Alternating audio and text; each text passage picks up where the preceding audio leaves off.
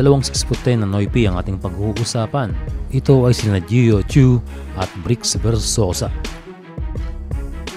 Habang busy ang mga Gilas boys sa pagpasok sa Pro League, ang Gilas center na si Gio Chu ay nagpapakondisyon at naghahanda sa pagpasok sa Pro.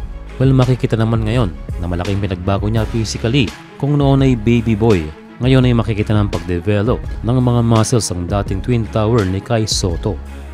At ang latest na balita sa kanya ay hindi na ito makakabalik sa Ateneo dahil sa kanyang paglalaro sa The Asian Tournament na isang Pro League.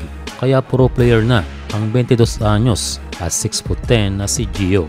Well, hindi naman pangit ang kanyang mga naging stints sa Gilas at malaki ang kanyang naitulong sa pagpunan sa center spot noong panahon na maraming hindi available.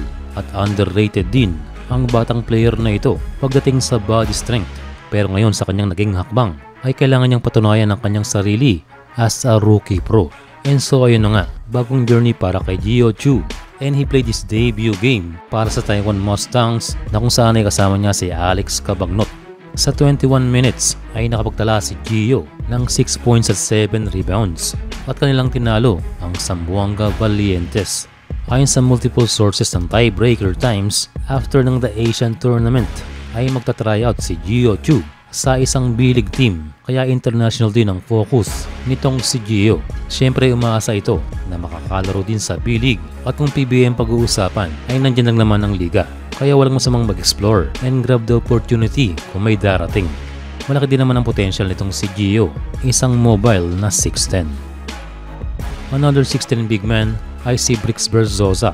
Ang dating viral kid na naki MJS pa ay umangat na sa seniors na kung saan kasama niyang papasok ang batang Gilas na si Zain Mahmoud. Ayon kay Coach Pido na ang katulad ni Bricks ay ang kailangan ng kanilang programa at umaasa siyang madedevelop pa ang mga batang big man.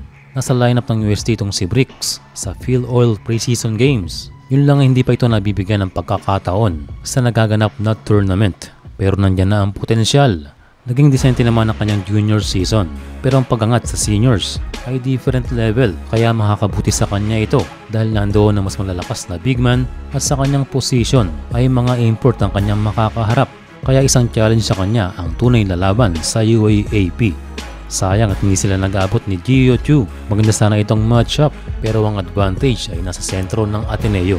Ang maganda sa ngayon ay napapaligiran si Bricks ng magandang basketball program, pero ang lahat ng ito ay magmamaterialize depende sa kanyang sipag. Hopefully one day ay maging puwersa ng UST itong si Bricks Versosa.